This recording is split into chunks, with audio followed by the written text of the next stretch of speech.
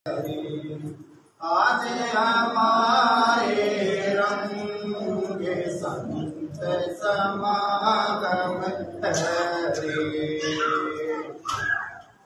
मन की कुटिल तारे छूटते नाही, मन की कुटिल तारे छूटते नाही। ये मन बसे पवन संत समागम हरे। ये मन बसे पवन संत समागम हरे। आज हमारे रंग संत समागम हरे। दिल दरिया में भंवर पड़ते हैं, दिल दरिया में भंवर पड़ते हैं। उठे अनंत तरंग संत समागम हरे। उठे अनंत तरंग संत समागम हरे। आज हमारे रंग संत समागम हरे। क्या कहूँ कुछ गया न जावे, क्या कहूँ कुछ गया न जावे। मूर्ति अचल विहंग संत समागम हरे। आज हमारे रंग संत समागम हरे। बोलिए बंदी छोड़ महाराज की जय। एक तो जो भी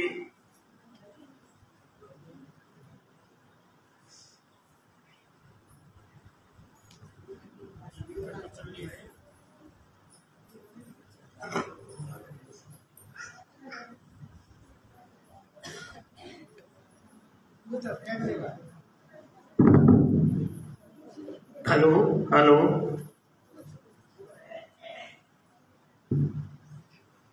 बोलिए सतगुरु कबीर साहेब की जय। बंदी छोड़ गरीब दास जी महाराज की जय। सर्व संतों की जय। स्वामी जयराम जी महाराज की जय। स्वामी दयालु दास जी महाराज की जय। स्वामी ब्रह्म सागर भूरी वाले महाराज की जय। परम धाम छुड़ानी धाम की जय। सर्व धामों की जय। गौ माता की जय। गंगे माता की जय। भारत माता की जय। अपने अपने गुरुदेव महाराज की जय। बोलिए बंदी छोड़ गरीबदास जी महाराज की जय। सभी सदगुरु के हंसों से माताओं बहनों से प्रार्थना है ये बात ना करे। बच्चा अगर बात करता भाई बाहर चले जाओ, बाहर भी स्पीकर में सुनेगा, जो बच्चे वाला हो या बच्चे वाली। इधर अंदर नहीं बैठना, बाहर चले जाओ और फोन अपने बंद कर लेना। बीच में कथा में विघ्न ठीक नहीं होता। आज की कथा प्रारंभ करने से पहले हमारे बहुत ही प्रेमी हैं देवेंद्र भगत जी छारा गांव के, जो बहुत अच्छे भजन सुनाते हैं। भाई आपस में बात क्यों करते हो? तुम बोल लो, यहाँ के बोल दो, मैं उधर बैठ जाऊंगा।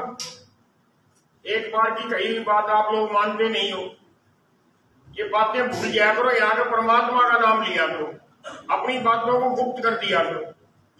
तो सबसे पहले कथा प्रारंभ करने से पहले आज देवेंद्र भगत जी छारा वाले, इनको मैं एक भजन के लिए प्रेरणा कर रहा हूं। देवेंद्र भगत जी एक भजन सुनाएंगे।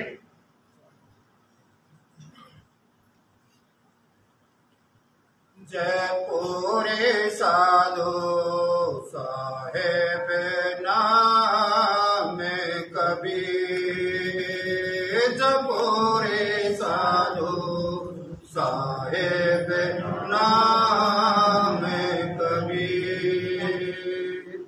एक समय गुरु बंसी बजाई कालंदी के तीर। एक समय गुरु बंसी बजाई कालंदी के तीर। सुर नर मुनि जन चकित भय और जमुना कनी जपो रे साधु साहेब नाम कबीर जपो रे साधु साहेब नाम कबीर। कासे तज गुरु आए मगर को दोनों दिन के बीच। कासे तज गुरु आए मगर को दोनों दिन के बीच। कोई गाटर कोई अगन जलावे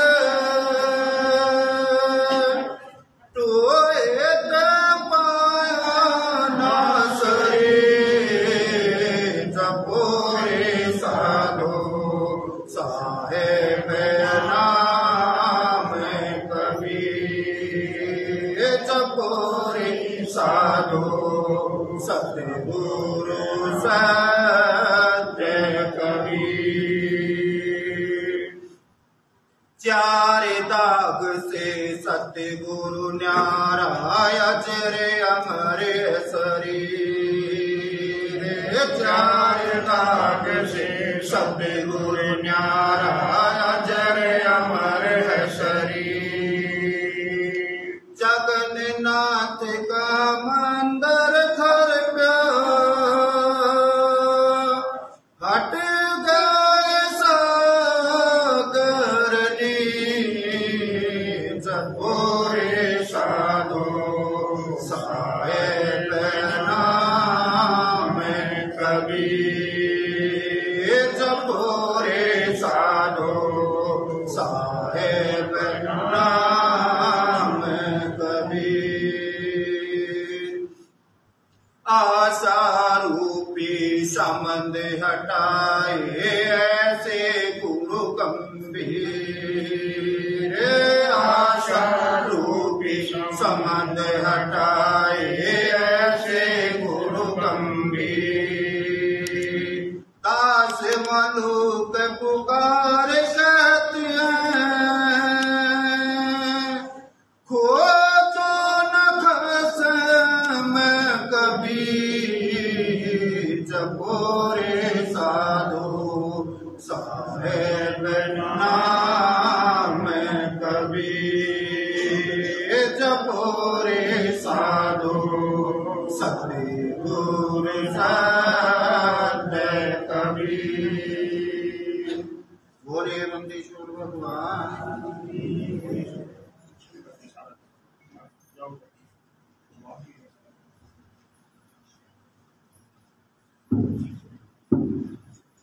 पीछे जगह कम रहेगी, तुम अपने कैमरे आगे ले।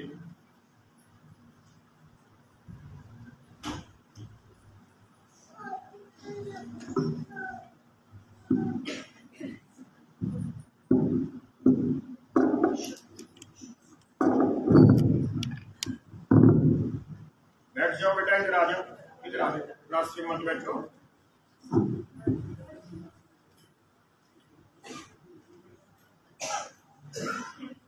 शरणा पुरुष कबीर का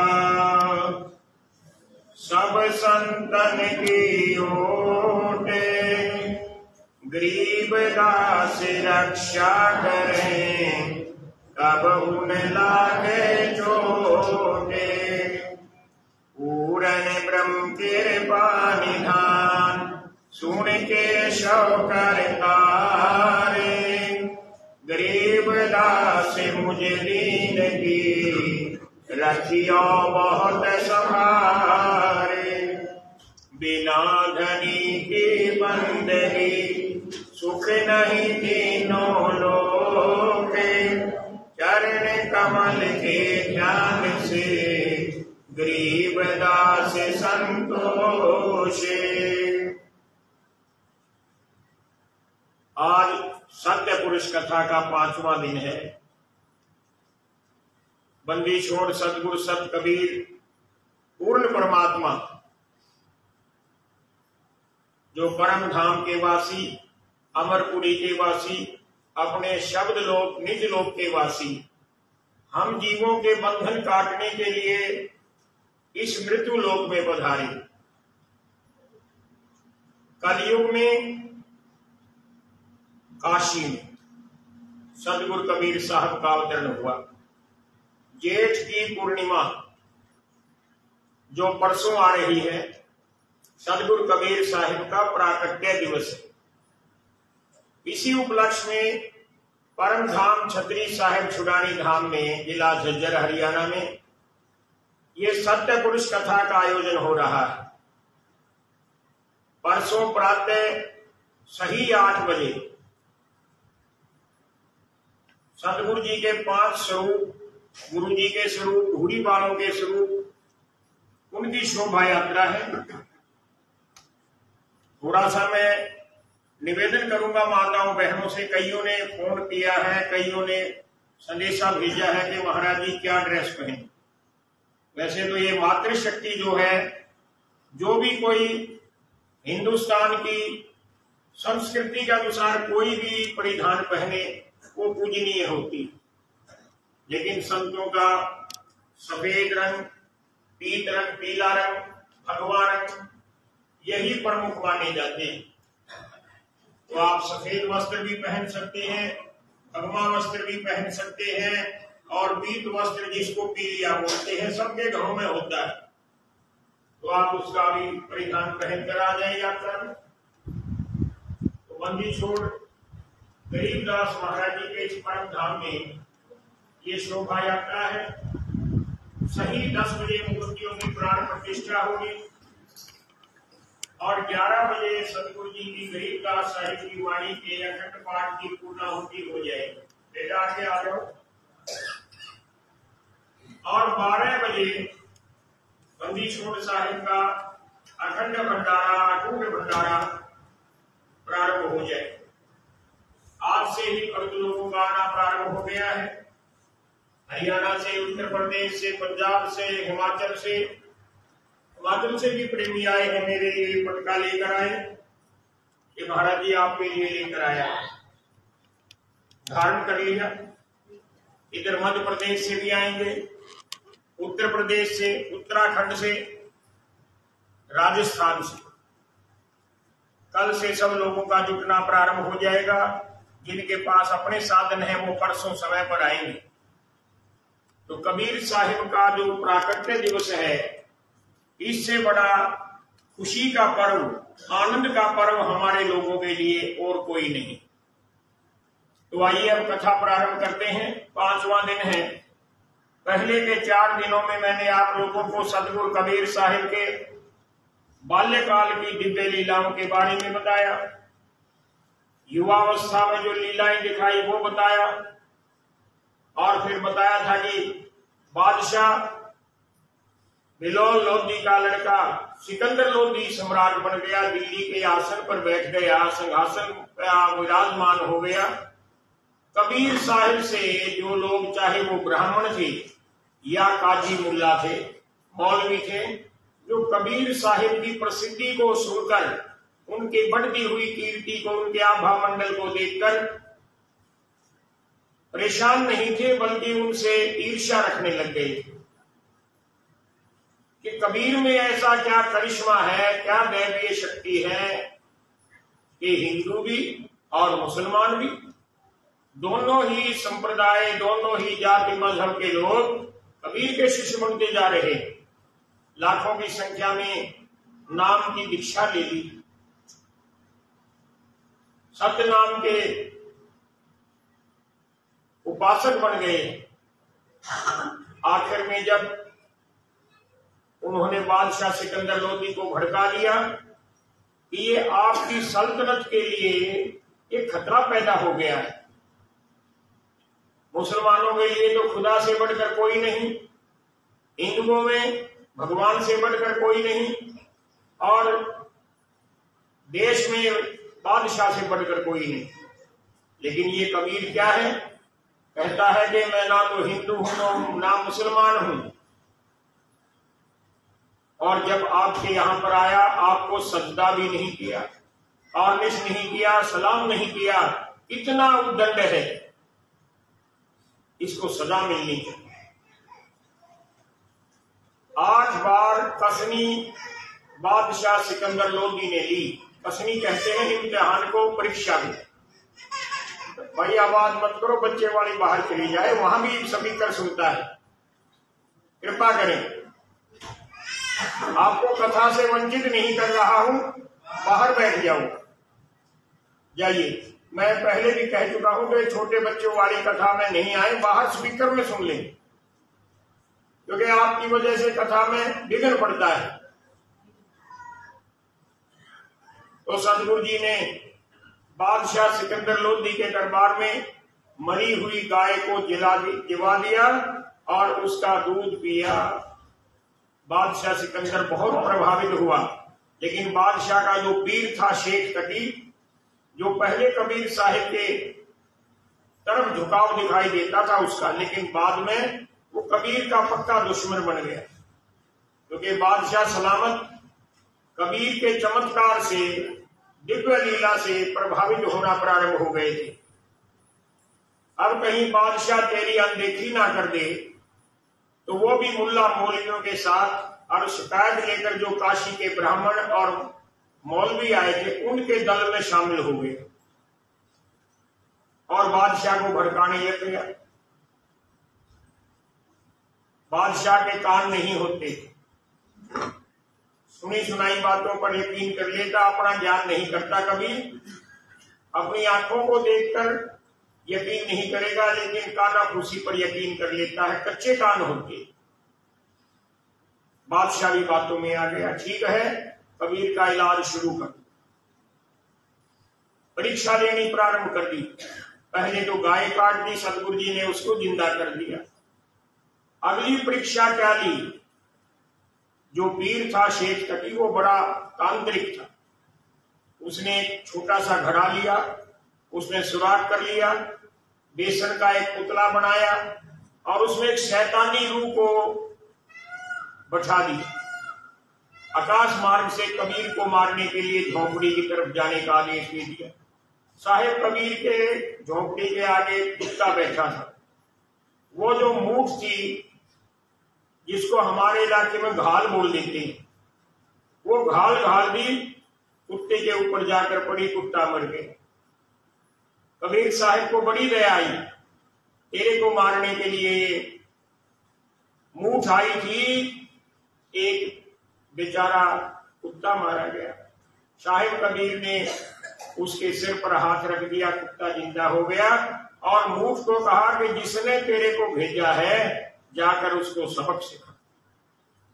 अब वो मूठ वापस शेख तकी जो पीर था उसके सिर पर धड़ाम से लगी, नीचे गिर गया, रोने लग गया, तड़पने लग गया। बादशाह ने सोचा ये कबीर का करिश्मा है। उसने मेरे गुरु, मेरे पीर शेख तकी को मारने का प्रयास किया, पकड़ कर लाओ कबीर को। फिर से सिपाही भेज दिए, कबीर साहिब बुलाए गए। हथकड़ी लगाकर कबीर साहिब को कहा कि तुमने मेरे पीर को शेख तकी को मार दिया। सतगुरु जी हंसने लगे, उसके सिर को थपथपाया, वो जिंदा हो गया। लो बादशाह, तुम्हारा पीर, तुम्हारा गुरु फिर से जिंदा। अब इस घटना के बाद तो शेख तकी जो था और ज्यादा डर गया, बादशाह भी डर गया। दोनों ने मिलकर, मौलवियों के साथ मिलकर एक षड्यंत्र रचा कि कैसे भी हो कबीर को मारना है या इस देश से भगाना है। सबसे पहले सतगुरु कबीर साहिब को पकड़कर फिर बुला लिया। कितनी बार देखो, बार बार सतगुरु जी को बंदी बनाता है। जो हम लोगों के बंधन छुड़ाने के लिए ही संसार में आए बंदी छोड़, उन उनको कोई बंदी कैसे बनाए। अब आज के दिन कई संत जेलों में पड़े हैं जो ये कहते हैं कि हम परमात्मा हैं। एक का नाम नहीं लेता, दो का नहीं, तीन का नहीं, 5-6 पड़े हैं। अगर उनमें इतनी सी भी शक्ति है तो जेल से निकल कर दिखाओ। ना तो जमानत मिलती ना बरी होती, और कहते ये हैं कि हम परमात्मा हैं, लिखते भी हैं, कहते भी हैं। और उनके सादे पागल भक्त, अंधविश्वासी भक्त मानते हैं कि हमारे गुरु तो जेल में लोगों को सुधारने के लिए। उदाहरण देते हैं कि कृष्ण भगवान भी जेल में थे। कृष्ण भगवान कौन सी जेल में थे? तो बाहर आ गए थे क्षण मात्र में। तुम लोग बाहर आकर दिखाओ तो पता लगे कोई ताकत है। लोगों को बहकाते हैं, झूठ बोलते हैं। सतगुरु कबीर साहिब को चौथी बार हथकड़ी लगाकर बादशाह के दरबार में ले गए। बादशाह ने हुक्म दे दिया कि इसके गले में जंजीर बांधकर, हाथ पैर बांधकर गंगा में फेंक दो। ऐसा किया गया। थोड़ी देर में सतगुरु कबीर साहिब फिर से ऊपर आ गए।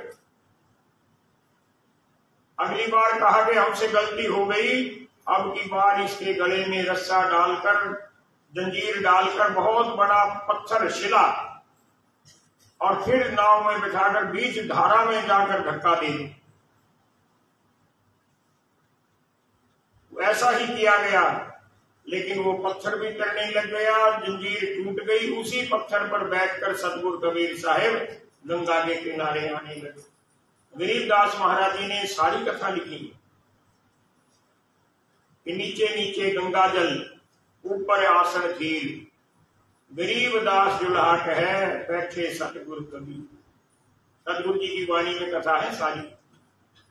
उसके बाद कहा ऐसे नहीं मरेगा, इसको आग में झोंक दो। एक कुटिया बनाई उसकी, कबीर साहब को गठड़ी में लपेट कर कुटिया में डाल दिया, आग लगा दी, कुटिया भी जल गई, चद्दर भी जल गई। सतगुरु कबीर खिलखिलाते हुए, हंसते हुए बाहर आ गए। अगली परीक्षा ली गई कि इसके ऊपर तोप से, तीर से, बंदूक से हमला किया जाए। बहुत सी तोप चलाई गई, तीर चलाए गए, बंदूक चलाई गई, लेकिन कबीर साहिब को कौन मार सकता था? वो तो आजारमर है। कबीर साहिब फिर सकुशल दिखाई दी। अब सोचा कि ऐसे नहीं मानी। बादशाह ने कहा कि जो मेरी सेना में खूनी हाथी है उसको इसके ऊपर चढ़ा दो, जो अब तक बहुत से लोगों की जान ले चुका है। अब जो है कबीर साहिब को खड़ा कर दिया, महावत हाथी पर सवार हो गया।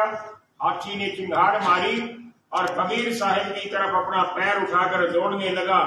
लेकिन क्या देखता है, कबीर साहिब के साथ एक बहुत भारी शेर खड़ा है।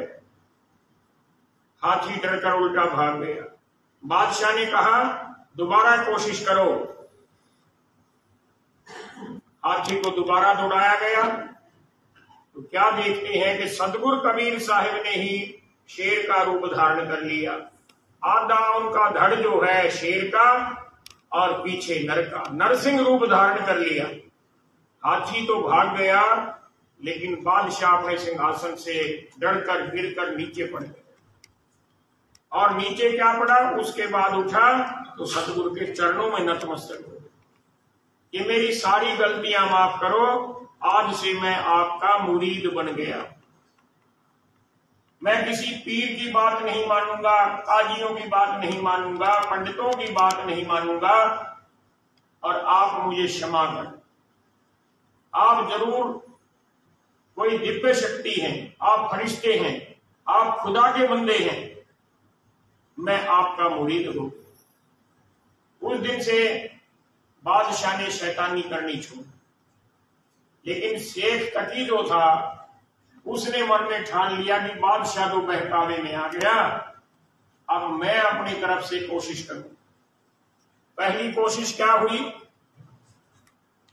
कि सतगुरु कबीर के नाम से उसने ब्राह्मणों को पैसा दे दिया कि तुम 10-10 आदमी के दल बनाकर जाओ और चिट्ठी लिख कर ले जाओ, चारों तरफ सैकड़ों कोस तक चलते जाओ, कि भादवे की पूर्णमासी के दिन कबीर भंडारा देगा, सब लोग आओ, ऐसा लिखवा दिया।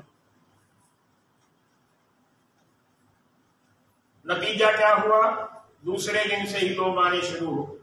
सदगुरु कबीर जिस कबीर चबूतरे के ऊपर बैठकर भजन करते थे और आप जैसे मेरे जैसे भक्त सुनते थे, उसके तरफ पहले सैकड़ों, फिर हजारों, फिर लाखों की संख्या में गरीब गुरबे का, संतों का, फकीरों का, ब्राह्मणों का, दीन दुखियों का मेला जुड़ना शुरू हो। ऐसा हाल देखकर भगत लोग रविदास जी के पास गए। रविदास जी सतगुरु कबीर साहिब के गुरु भाई थे। रविदास जी को कहा कि देखो ये क्या हो रहा है। रविदास कहने लगे मुझे भी नहीं पता। लोग कहने लगे कि हम तो कबीर के न्योते पर आए हैं। रविदास जी ने विचार किया कि सतगुरु कबीर अगर न्योता भेजते तो हमें भी तो पता लगता। अब वो अकेले जाकर सतगुरु कबीर साहिब के पास गए कि गुरु भाई ये क्या लीला है, लाखों आदमी जुड़ चुके हैं, आपके भंडारे का जिक्र है, आपने कोई निमंत्रण पत्र भेजे हैं? कबीर साहिब कहने लगे नहीं, मैंने कोई पत्र नहीं भेजा है। अब कैसे होगा? रविदास जी सोच में पड़ गए। कबीर साहिब कहने लगे जो पूर्ण परमात्मा है उसका ध्यान करो, सारी व्यवस्था वो स्वयं कर देगा। जाओ अपने सब गुरु भाइयों को कहो कि बैठकर परमात्मा का चिंतन करें। मैंने परसों भी बताया था कि अरदास करने से परमात्मा साक्षात प्रकट हो जाता है। गोस्वामी तुलसीदास जी ने रामायण में कहा है, हरि व्यापक सर्वत्र समान। परमात्मा तो सर्वत्र व्यापक है, किसी एक निश्चित स्थान पर नहीं, लेकिन वो प्रकट हो जाता है इस चीज से, परमात्मा के प्रति आपकी प्रेमा भक्ति से। गोस्वामी तुलसीदास जी का कथन है कि हरि व्यापक सर्वत्र समाना, प्रेम से प्रकट भय हम जाए। प्रेम से प्रकट होता है। रविदास जी आप भी सारे गुरु भाई मिलकर प्रेमा भक्ति करो, परमात्मा स्वयं आ जाएगा, सारी व्यवस्था कर देगा। चांदनी की, तंबू की, कनात की, भोजन की, जल की, दूध की, मिष्ठान की, बैठने लेटने की, और तो और बरताने वाले भी वो भेज दे। रविदास जी सारे गुरु भाई बैठ गए और स्वयं सतगुरु कबीर साहब अपनी झोपड़ी में बैठ गए, लेकिन वो तो स्वयं परमात्मा थे। अमरपुरी में परम धाम में जा पहुंचे और वहां पर क्या देखते हैं? वहां तो लाखों करोड़ों की संख्या में गाड़ियां, छकड़े, सारा माल असबाब सामान सब लेकर रवानगी के लिए तैयार खड़े। कबीर साहिब ने अपने ही स्वरूप, निज स्वरूप को कहा कि हे परमात्मा, इस खाकी सृष्टि में यानी संसार के लोगों के लिए अन्न और जल, ये दो चीज जरूरी है। और करोड़ों का क्या करेंगे? इनमें से 9 लाख बॉडी जो है यहां से रवाना है। समझने की बात है। सतगुरु कबीर साहब वहां झोपड़ी में बैठे, उधर परम धाम में विराजमान अपने ही निज स्वरूप से बात कर रहे हैं, जो शब्द स्वरूप। कबीर साहब सृष्टि में आए लेकिन थे शब्द स्वरूप। हमारी धीर बढ़ाने के लिए, हमारा हौसला बढ़ाने के लिए, जम के हाथों से छुड़ाने के लिए गरीबदास महाराज जी ने वाणी में बखान किया है, शब्द स्वरूपी उतरे सतगुरु सत्य कबीर, दास गरीब दयाल हैं, डिगे बंधावे थी। हम लोग तो छोटी से संकट से डर जाते हैं, 4 मेहमान घर में आ जाए बिना बताए हाथ पैर फूल जाते, और वहां तो सतगुरु के नाम का झूठा चिट्ठा फेर कर लाखों नर नारी संत भगत पीर फकीर इकट्ठे हो चुके। लेकिन कबीर साहब क्यों घबराएंगे? वो तो सारी सृष्टि अखिल ब्रह्मांडों के मालिक है। अपने निज स्वरूप से बात कर रहे हैं कबीर साहब, और वहां पर निज स्वरूप ने हुक्म दे दिया केशव को। केशव कहते हैं विष्णु भगवान के, जाओ केशव काशी में 9 लाख बॉडी लेकर जाओ और स्वयं अपने हाथों से भंडारा करो, लक्ष्मी जी को भी साथ लेकर जाओ। केशव भगवान तुरंत रवाना हो गए। 9 लाख बॉडियों को लेकर, इतनी सारी बालक लेकर काशी में जाकर अपनी माया रचा दी। देखते देखते तंबू कनात लग गए। बरताने वाले, बनाने वाले, बर्तन भांडा, बिछाने का सामान, स्वागत का सामान, सारी व्यवस्था अचानक हो गई। रविदास जी भागे भागे थे कबीर साहिब। हे कबीर साहिब, कुछ मिनट पहले मैं आपके पास आया था, तब तो कुछ नहीं था, ये सारा कैसे कर दिया है साहिब कबीर, आप धन्य, आपने कैसी रचना रच दी। कबीर साहिब देखो दास भाव के साथ, विनीत भाव के साथ क्या कहते हैं कि ना कुछ किया न कर सका, ना करने जोग शरीर, जो कुछ किया सो हरि किया, भयो कबीर कबीर। मेरा तो नाम हो गया, ये तो उस हरि ने, विष्णु ने किया है, मेरा नाम क्यों हुआ?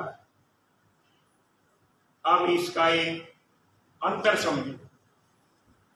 पूर्ण परमात्मा की बनाई हुई सृष्टि अखिल ब्रह्मांडों में पूर्ण परमात्मा स्वयं परम धाम के वासी शब्द रूपी, और विष्णु भगवान भी बड़े भारी पदाधिकारी।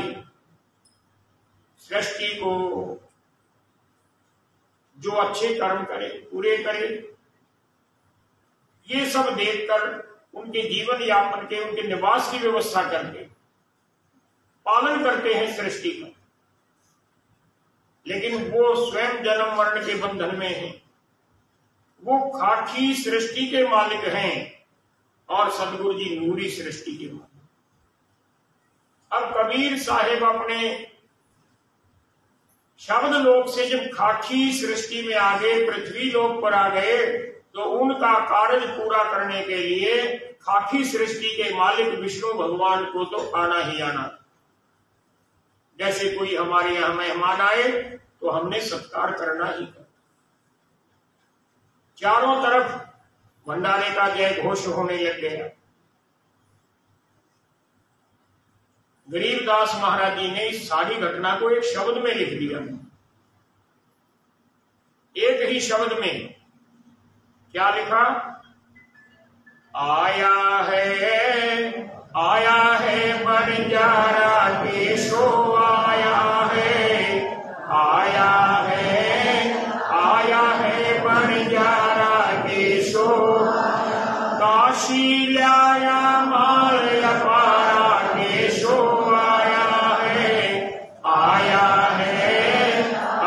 है बंजारा केशो आया है। इस शब्द को गरीबदासी पंथ में तो सब लोग जानते हैं, गाते हैं, लेकिन पूर्ण मर्म समझना जरूरी है।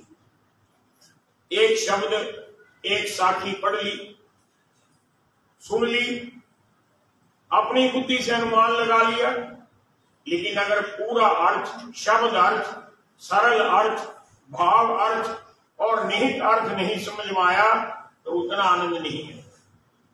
आइए समझते हैं गरीबदास साहिब ने क्या क्या लिखा है।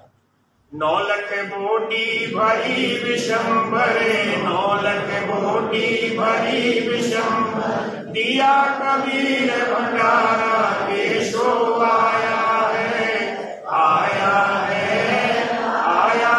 बंजारा केशो आया है। और शब्द में क्या क्या लिखा? काशी लाया माल अपारा केशो आया है, आया है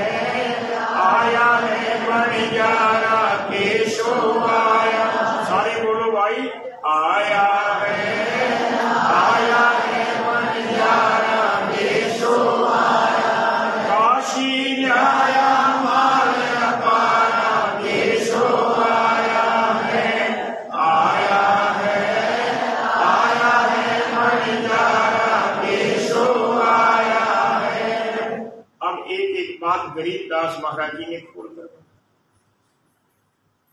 जो कबीर चौरा के सामने वाला जो क्षेत्र था कभी वो सैकड़ों एकड़ में था, अब तो बहुत बस्ती बस गई, वहां गाड़ियों की भीड़ रहती है, बल्कि जाम लगा रहता है। मैं हर साल दर्शन करने जाता, इस साल भी गया था। लाखों की भीड़ जमा थी। उस चौक का बाजार यानी चौराहा है, वहां पर तंबू लग गए। धरती के ऊपर जल की धारा बहने लग गई, दूध के कड़ाहे गर्म हो गए, मेवा मिष्ठान और जो उस बनारस की संस्कृति है उसके अनुसार हर प्रकार की मिठाई, नमकीन, खाने का, पीने का, सब सामान, रहने का, यहां तक कि सोने का, इतनी सुंदर व्यवस्था बन गई। तो गरीबदास महाराज जी दूसरी गली में बखान कर रहे हैं, धरती ऊपर तंबू ताने, धरती ऊपर तंबू ताने, चौपड़ के मनिजारा केशो आया है मनिजारा केशो आया है। काशी आया मालय पारा केशो आया है मनिजारा केशो आया है। पहली पंक्ति में आपने सुना कि काशी लाया माल अपारा केशो, केशो भगवान विष्णु, 9 लाख बॉडी भरी विशंबर, विशंबर भी भगवान विष्णु को बोलते। एक एक शब्द का आपको पता होना चाहिए। जो काशी नगरी है ये गंगा के किनारे पर है। आज के दिन भी गंगा नदी का, मैया का जो पार है बहुत चौड़ा है। नदी से पार जाते हैं बहुत समय लग जाता है। इधर घाट बने हुए हैं, उधर खाली मैदान पड़ा हुआ है। अब तो उस नदी के ऊपर, गंगा मैया के ऊपर बहुत बड़ा पुल बन गया है, उस पार से इस पार आने के लिए। तत्कालीन प्रधानमंत्री माननीय लाल बहादुर शास्त्री जी ने वो पुल बनाया था, उसका नाम है शास्त्री पुल। लेकिन उस समय तो कोई पुल नहीं था। काशी के लोग जिन्होंने षड्यंत्र रचा, सोच रहे हैं, दिमाग दौड़ा रहे हैं, परेशान हो रहे हैं कि इतनी जल्दी में उस पार से इस पार, जल के ऊपर से, गंगा के ऊपर से ये सामान सामग्री कैसे आई, ये छकड़े कैसे आए, गाड़ियां कैसे आई, बैलगाड़ी कैसे आई, संभव नहीं। ये तो हो ही नहीं सकता, कोई संभावना नहीं। इतनी भारत कौन से देश से आई है? कोई निवाड़ा नहीं बंधा, पुल नहीं बंधा। निवाड़ा भी पुल को बोलते हैं। पहले टिक्कों को जोड़कर, लकड़ी के लच्छों को जोड़कर किसी न किसी तरीके से नदी को पार करने का निवाड़ा बना लेते। तो गरीबदास साहब ने तीसरी पंक्ति में कह दिया, कौन देश से भारत आई, कौन देश से भारत आई, ना कहीं मंगया निवारा केशो आया है मनिजारा केशो आया। काशी आया मालय पारा केशो आया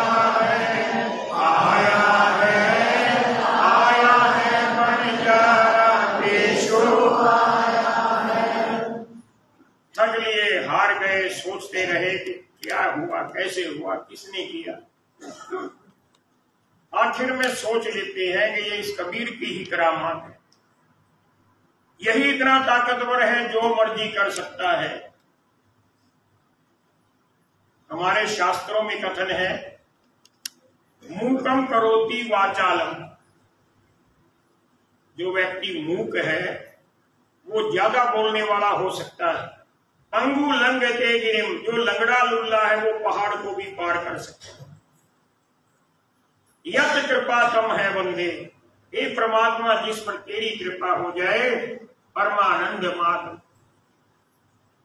वो सब कुछ कर सकता है। और यहां तो खुद कृपा करने वाला बैठा था, क्या मुश्किल थी। इस जलधारा के ऊपर से सारी बालद को, माल को, बैलगाड़ियों को लाने वाला है कोई, तो कबीर है। गरीबदास साहिब ने उपमा की, अपरम पार पार कत तेरी, अपरम पार पार कत तेरी, इतर उतरी जल धारा केशो आया है, आया है, आया है मन जारा केशो आया, काशी आया मार अपारा केशो आया है, आया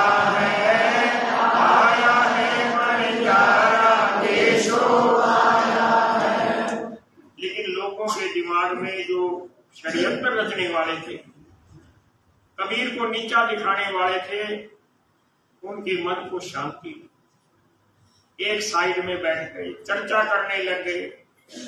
एक ने कहा कि ये कबीर जो है बहुत चालाक, जादूगर है, तांत्रिक है, इसने जरूर काशी के किसी साहूकार से सामान उधार ली, झूठ बोलकर। दूसरे कहने लगे कि काशी प्राचीन नगरी है बिजनेस की, कारोबार है, लेकिन इस नगरी में इतना बड़ा साहूकार तो कोई नहीं, और सारे साहूकार भी मिल जाएं तब भी इतना सामान नहीं आ सकता।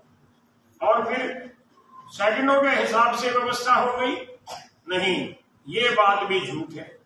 तो गरीबदास महाराज जी ने लिखा, साहूकार नहीं कोई जाने, साहूकार नहीं कोई जाने, काशी नगर मंदारा केशो आया है, आया है, आया है मंदारा केशो आया है, काशी लाया मारे अपारा केशो आया है, आया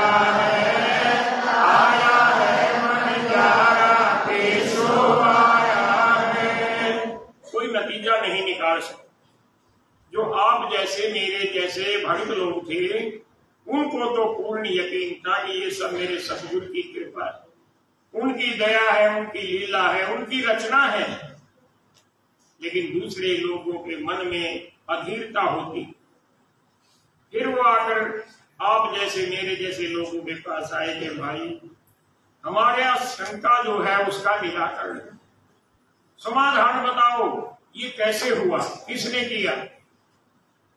किसी सज्जन ने कहा, मेरे सतगुरु कबीर जो हैं, अरे वही सर्वोत्तम।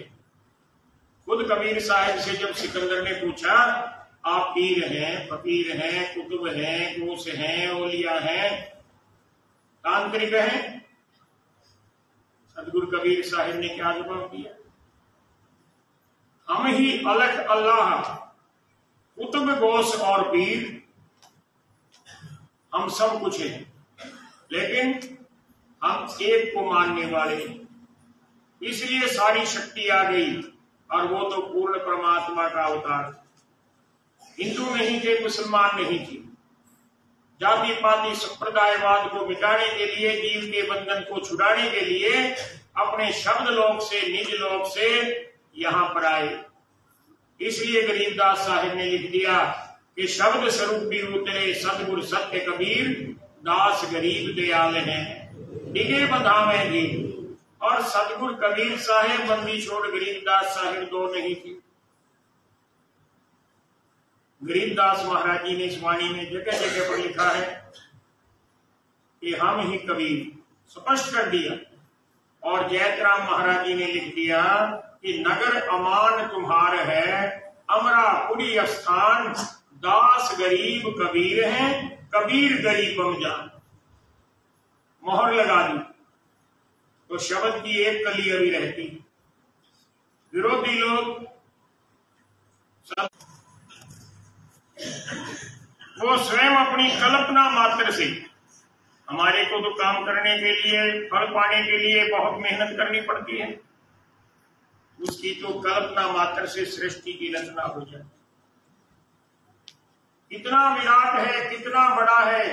मेरा सतगुरु गरीबदास महाराज जी ने लिखा है वाणी में, क्योंकि वेद शास्त्रों में आता है कि परमात्मा के एक रोम के ऊपर ये सृष्टि खड़ी है। रोम सबसे छोटा होता है, शरीर में करोड़ों रोम है, एक रोम के ऊपर ये सृष्टि है। लेकिन गरीबदास महाराज जी ने कई हाथ आगे जाकर लिख दिया। आरती में आप लोग पढ़ते हैं, जाके अरद रोम पर सकल पसारा, ऐसा पूर्ण ब्रह्म हमारा। जाके अरद रोम पर सकल पसारा, ऐसा पूर्ण ब्रह्म हमारा। अरे भोले लोगों, क्यों विरोध करते हो? ये तो पूर्ण परमात्मा है, खुद मालिक है। गरीबदास ने बड़े भजन लिखे, वाह वाह खुद खालिक महबूब मिलन को आया है। हमने नहीं बुलाया, हमारे को रोता बिलखता देखकर खुद चलकर, कितना दयालु है। तो यहाँ पर भक्तों ने जवाब दिया कि ये स्वयं करता रहे, अलग है, सृष्टियों के ब्रह्मांडों के मालिक। सारी सृष्टि, सारी प्रकृति, सारे देव लोग, सब लोगों के वासी इनके आगे नतमस्तक हैं। तो क्या जवाब दिया?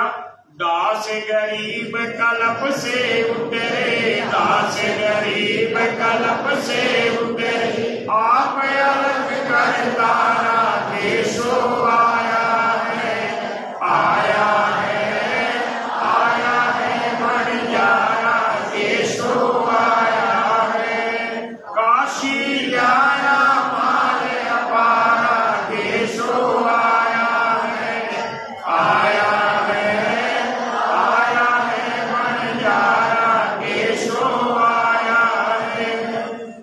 लेकिन ये प्रसंग पूरा नहीं हुआ। भंडारा चल रहा था, लोग जीम रहे थे, कबीर की जय जयकार हो रही थी। एक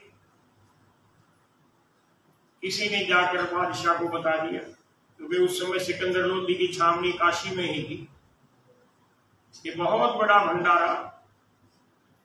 बादशाह सिकंदर लोधी को जिज्ञासा हुई, अपना हाथी निकलवाया, हाथी पर सवार होकर खुद मेले में गया। बड़ा हैरान है लेकिन प्रसन्न है, क्योंकि उसको यकीन हो चुका था कि कबीर करिश्माई खुदाई बंदा है। और ढूंढते ढूंढते सतगुरु कबीर साहिब को मेले में घूमता हुआ चबूतरे पर जा पहुंचा। अब राजा को कोई रोक थोड़ी सकता था, रास्ता बढ़ता गया, भीड़ छटती गई, सतगुरु कबीर के चबूतरे पर हाथी से उतरा, कबीर साहिब को नतमस्तक होकर प्रणाम किया। आपने इतना बड़ा भंडारा किया है, मेरे जैसे बादशाह भी नहीं कर सकते, धन्य हैं आप। अब एक कृपा और कर दें, मेरे हाथी पर विराजमान। सतगुरु कबीर साहिब कहने लगे, मेरी औकात नहीं, तुम बादशाह हो, मैं पद यात्री, कोई वाहन नहीं, सूत काट कर बेच कर गुजारा करता हूं, कोई खजाना नहीं। बादशाह कहने लगा, आप हम सब के भी मालिक, ये धन संपत्ति आपके आगे तुच्छ है, आपकी तो कल्पना मात्र से सृष्टि खड़ी हो जाती है। मैं देख रहा हूं, कल तक यहाँ कुछ नहीं था, विद्वान था, सब वीरान पड़ा था, ये सृष्टि बन गई, ये आपने ही तो बढ़ाई है। आप कृपा करें, मेरे हाथी पर सवार। सतगुरु कबीर साहिब कहने लगे, चलो मैं चलता हूं, लेकिन मेरे गुरु भाई रविदास जी भी। बादशाह कहता है, मुझे दोगुनी खुशी हुई। सतगुरु कबीर साहिब को आगे बिठा लिया, साथ में एक रविदास जी बैठ गए। अब बादशाह ने सिर से मुकुट उतारा और सतगुरु के आगे अर्पण कर, और स्वयं पीछे बैठ गया। रविदास जी पर, कबीर साहिब पर चवर करने लगे। अपने शहंशाह होने का घमंड नहीं था, एक भगत बन गया। आगे जाकर कबीर साहिब ने हाथी को रुकवा दिया, नीचे एक फकीर था जो भोजन करा रहा था आने वालों को, उसके पास गए, उसको प्रणाम किया। सब लोग देखते हैं, अरे कबीर को तो सब लोग प्रणाम कर रहे हैं, कबीर किसको प्रणाम कर रहा है? वो थे विष्णु भगवान, जो उस समय फकीर का रूप धारण करके लक्ष्मी जी को साथ लेकर भंडारा भरपूर करा रहे। विष्णु भगवान ने अपने गले की माला मोतियों की निकालकर कबीर साहिब को पहना। नजदीक में तंबू लगा हुआ था, उसमें दोनों महापुरुष, दोनों पदाधिकारी चले, कबीर साहिब और विष्णु भगवान। भंडारा चलता रहा, कई पहर तक उनमें वार्तालाप हुई। वो सारी वार्तालाप ज्ञान गोष्ठी इसी दरबार साहिब में गरीबदास जी ने लिखी कि केशव और कबीर दोनों एक तंबू में गए और वहां पर उन्होंने आध्यात्मिक चर्चा। उसके बाद केशव तो अपनी माया को समेट कर लक्ष्मी जी को साथ लेकर चले गए अपने देवलोक में, और कबीर साहब पैदल चलकर अपने झोपड़े में आते। अब उस दिन से तो सिकंदर लोधी ने ऐलान कर दिया कि आज से मेरा जो कुछ है वो कबीर का है, मैं जो कुछ हूं कबीर के कारण हूं, कबीर ही मेरा मालिक है। आज कथा को यहीं पर पूर्ण कर रहा हूं, क्योंकि परसों शोभा यात्रा की तैयारी, भंडारे की तैयारी और बहुत से कार्य करने होते हैं। आज सतगुरु कबीर साहिब का स्वरूप, गरीबदास साहिब का स्वरूप, मेरे गुरुदेव पूज्य ब्रह्मलीन श्री महंत गंगा सागर जी का स्वरूप, गरीबदास जी पंथ माता श्री ओमवती जी का स्वरूप और धन धन सतगुरु भूरी वाले ब्रह्म सागर जी का स्वरूप यहाँ पर पधार चुका है। जयप्रकाश जी और फौजी सोमवीर जी जयपुर से लेकर यहाँ पर आ चुके हैं। मूर्तियों को सवेरे दर्शन करके नहलाकर गाड़ी में ही रखा जाएगा, क्योंकि परसों यात्रा है। भारी मूर्तियां होती हैं, बार बार निकालना संभव नहीं। गाड़ी में मूर्तियां रहेंगे, जिस प्रेमी को आकर दर्शन करने हो कर सकते हैं, फूल चढ़ा सकते हैं। शोभा यात्रा परसों होगी। अब ज्यादा समय नहीं लूंगा, कैदी ख्याल विशाल सदगुरु पढ़ेंगे। आज उत्तराधिकारी श्री महंत आदित्य जयदास जी के साथ साथ धर्माधिकारी तेजस तुलसीदास जी भी पधारे हैं। आइए, आओ दोनों बेटा इधर आ जाओ और सदगुरु के नाम का गैबी ख्याल का उच्चारण करना है। आप इधर आ जाओ, आगे आएंगे। आप सब लोग भी उच्चारण करेंगे। गैबी ख्याल विशाल सतगुरु अचल दिगंबर की जय।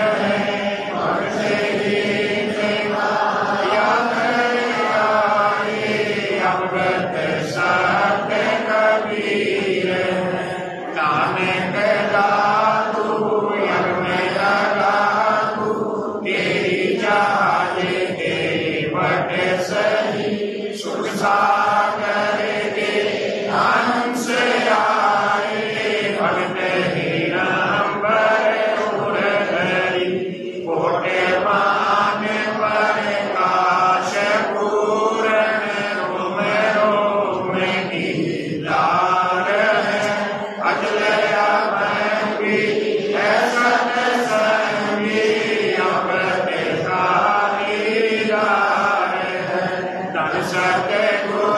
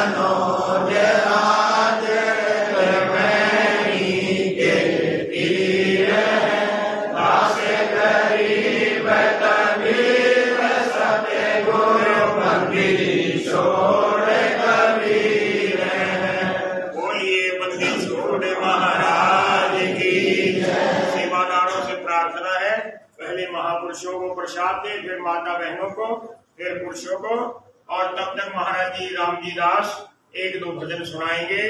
आओ राम जी दास।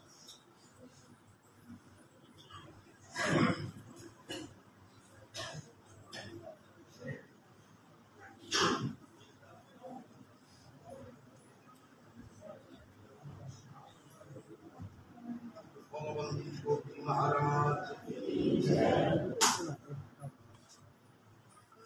सत्यो कवि साहेब सतगुरु गरीबदास साहेब आचार्य महाराज देव जी महाराज दरबार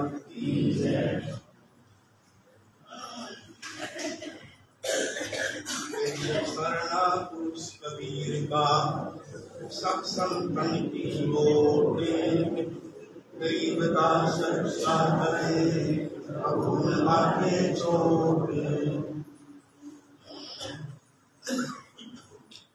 गरीब शरणा पुरुष कबीर का सत्संग की लोटे गरीब दास रक्षा करे गरीब समर्थ का शरणानिया चंपी का बार धर्म का ध्यान कर हो समीपम का